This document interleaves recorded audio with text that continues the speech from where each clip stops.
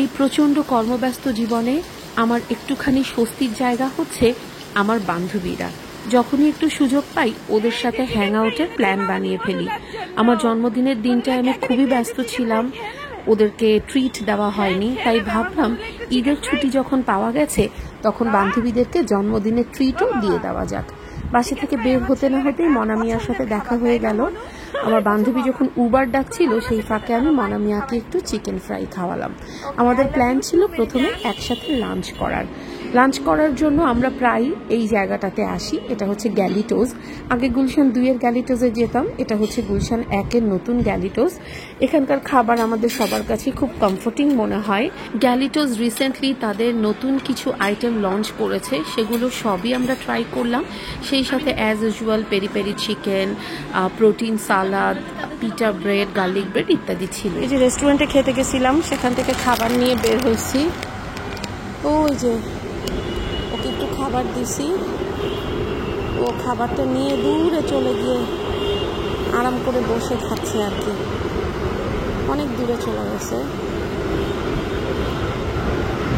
খাও বাবা, খাও, তুমি খাও।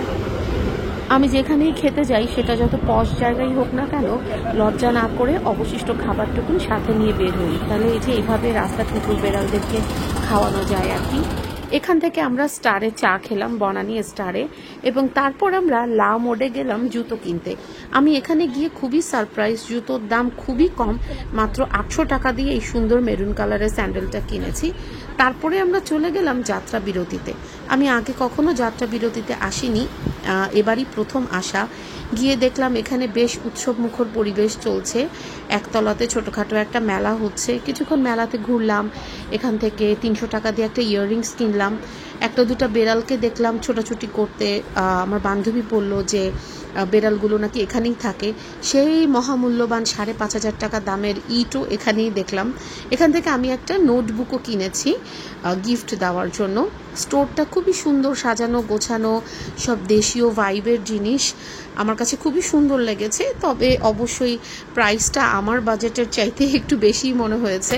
এ কথা শুনলে হয়তো অনেকে রেগে যাবেন, কিন্তু স্টোর এবং রেস্টুরেন্ট দুই জায়গাতেই কাস্টমার সার্ভিস আমার ভীষণ খারাপ লেগেছে। স্টাফদের বিহেভিয়ার খুবই রাফ, মনে হয় যে তাদের জিনিস বিক্রি করার কোনো ইচ্ছা নাই। এবং রেস্টুরেন্টে আমার সব কিছু অনেক বেশি ওভার প্রাইসড মনে হয়েছে। যেমন 2টা ম্যাঙ্গো লাচ্ছি আর 2টা ম্যাঙ্গো জুসের দাম পড়েছিল 1250 টাকা। বেগুনি টাইপ ভাজাভুজি দিয়ে একটা ভেজিটেবল প্ল্যাটারের দাম প্রায় 700 টাকা। আমি দেখলাম সামান্য লুচি তরকারির দাম হচ্ছে প্রায় 400 টাকা।